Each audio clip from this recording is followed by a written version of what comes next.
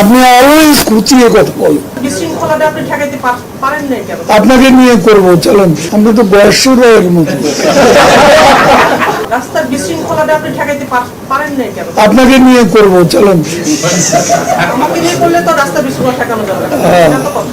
আপনি তো অভিযোগই খালি করতে থাকেন সবসময়।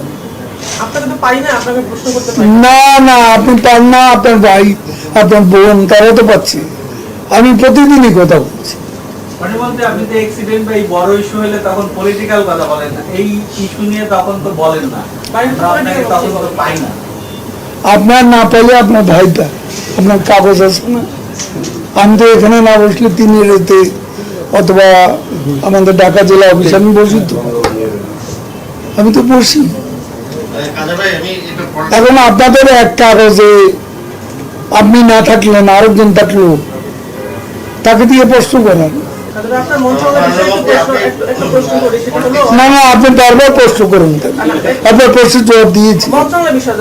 কারণ গত কয়েক বছর আপনি এই মন্ত্রণালয়ের রাস্তার শৃঙ্খলা ফিরানোর জন্য বারবার বলছিলেন, আপনি চেষ্টাও করছিলেন। সম্প্রতি ঈদের সময় আমরা যে পরিমাণ, আচ্ছা এটা তো শুনলাম, এটা তো সবাই বলছেন, এই প্রশ্ন আগেও করেছেন, আপনি কোথায় ছিলেন? আপনি তো বয়সের মতো। কোথায় চলে গেছে হঠাৎ টুপি একটা মাথায় দিয়ে ভাষণ দিচ্ছে। 15 বছর থেকেও আপনি এরপরে এসে বলতেছেন বিকল্প ব্যবস্থা না করে পুরনো সরানো গেছে। নতুন করে আপনি কেন এখন রাস্তা নামে এই জিনিসটা করতে পারছেন না? কারণ এই ভাঙাচুরা বাসের রাস্তা ঢাকা শহর, আপনি আমার জায়গাতে বসে, আপনার তো কথাবার্তা সুর সব সময় প্রশ্ন করবেন না, ঘুচাবেন না। আমি আপনার সাথে বসছি, আমি ফ্রেন্ডলি কথাবার্তা বলতেছি, আপনি অলওয়েজ খুঁচিয়ে কথা বলেন, এটা ঠিক না। পিকিং করেন কেন?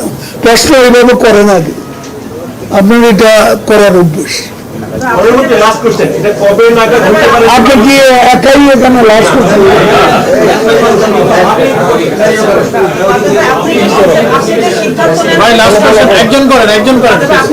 আপনি একা এত প্রশ্ন করলে আমি জবাব দেবো।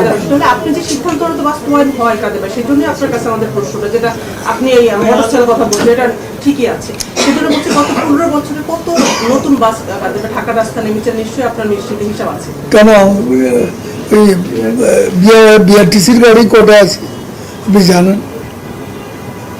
1100 গাড়ি বিআরটিসি আছে, সেটা জানেন?